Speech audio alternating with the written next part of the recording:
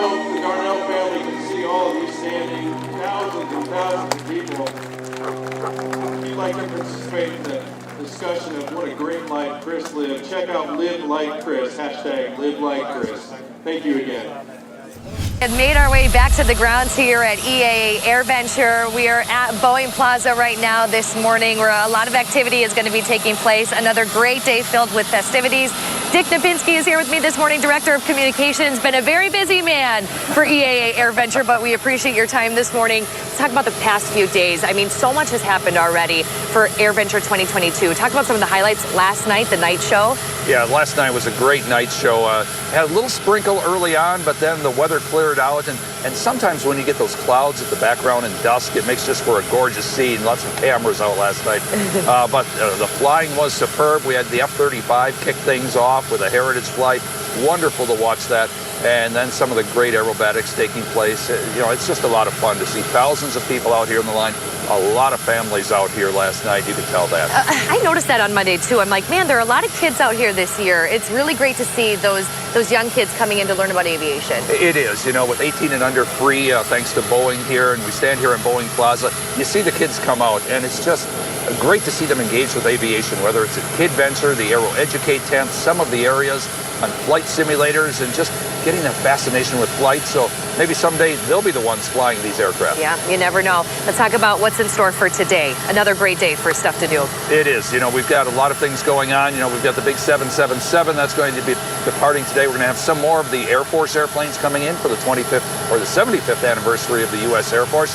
Some of them are already here, like one of my favorite, the old Warthog, the A-10. Officially the Thunderbolt II, but everybody calls it the Warthog. I have to say, being right next to them, up close and personal, this is so amazing for people. It is. You know, this airplane, everybody says it's really ugly, but boy, it's effective. And, you know, if this thing's coming at you in anger, you want to get the heck out of the way. But, you know, appreciate the folks from the Indiana Air National Guard bringing this to us. Just makes for another great display. And here you can come up, you can talk to the pilots, find out more about the airplane, their mission, and so forth.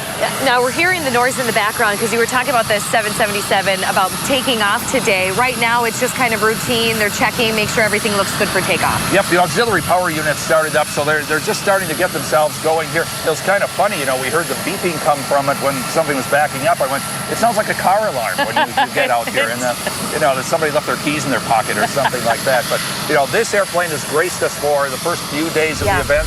This airplane's touched many people's lives and stories. Since the 1940s, Miss Montana has lived many lives.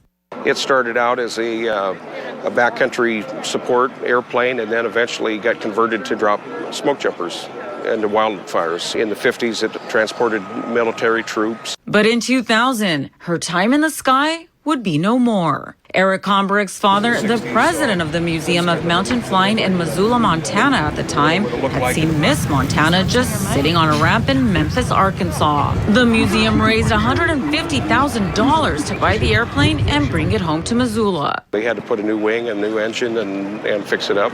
It's lived in our museum for the last 18 to 20 years as a static display airplane. The museum had hopes to someday resurrect Miss Montana and put her back in the sky. That wouldn't happen until just a couple years ago, when the museum got an invitation to participate in a 75th D-Day anniversary tribute in Normandy. But it would take time. Not only were we going to have to get an airplane going that hasn't flown in 18 years, we were going to have to raise the funds to be able to do this trip. In about 15 months, we were able to raise over $500,000, completely rebuild the airplane. Owners say throughout the busy restoration process, they forgot one thing. They'd actually need to learn how to fly. And in just a week, they'd all be trained pilots.